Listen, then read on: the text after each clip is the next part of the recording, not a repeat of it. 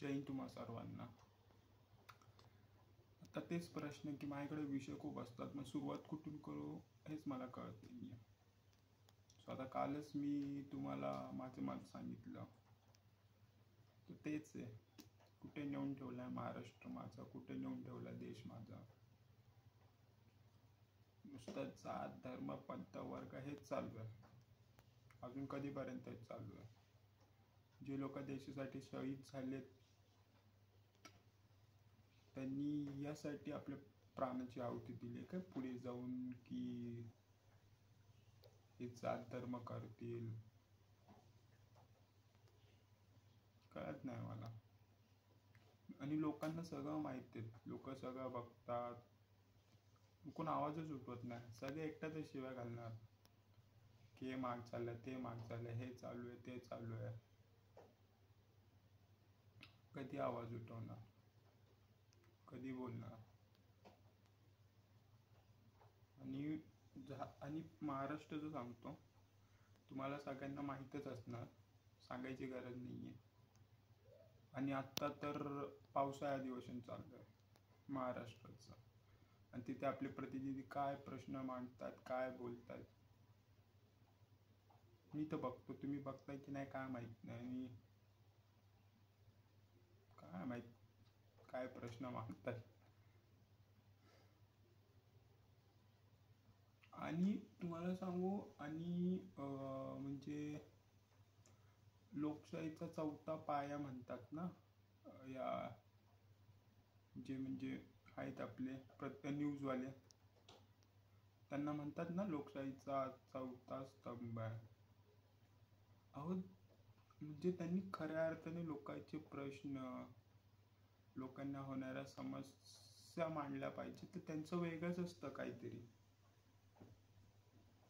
म्हणजे मी परवा न्यूज बघतोय, एकच न्यूज, लिफ्टमध्ये एकत्र वर खाली, लिफ्टमध्ये एकत्र वर खाली, लिफ्टमध्ये एकत्र वर खाली, 1-1.5 तास नुसतं त्यांचं तेच चालू आहे.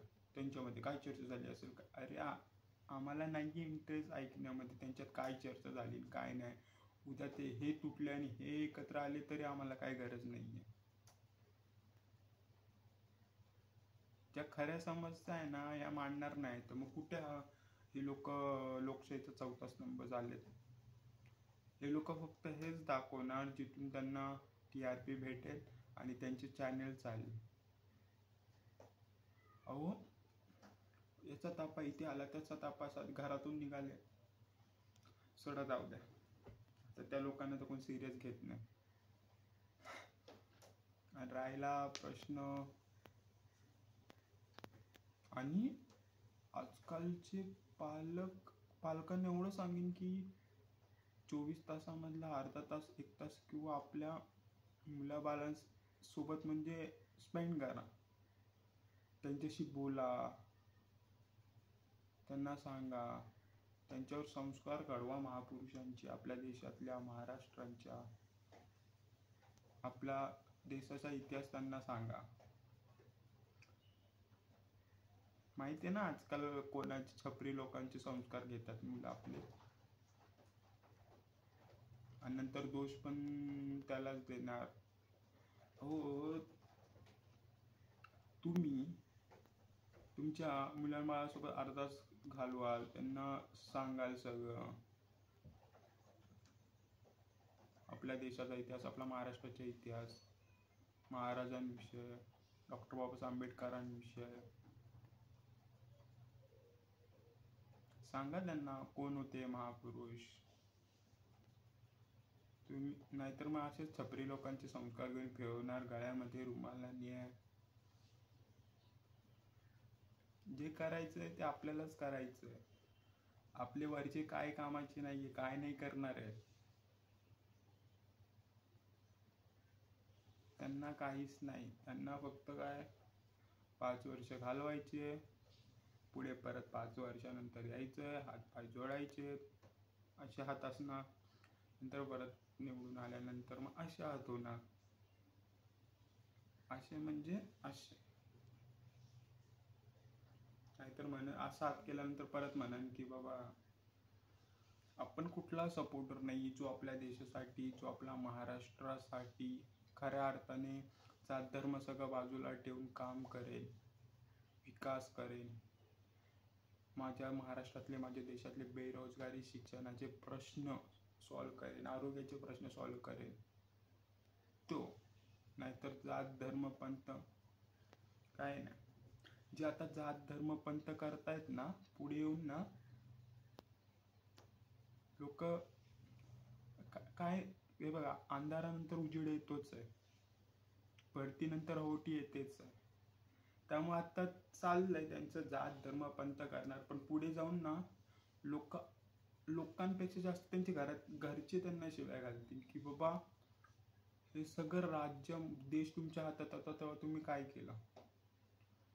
त्यामुळे आज त्यांचा दिवस आहे, उद्या जनतेचा दिवस येईलच. आणि मी एवढं सांगेल की बाबा हो, जागे व्हा, उठा, आवाज उठवा.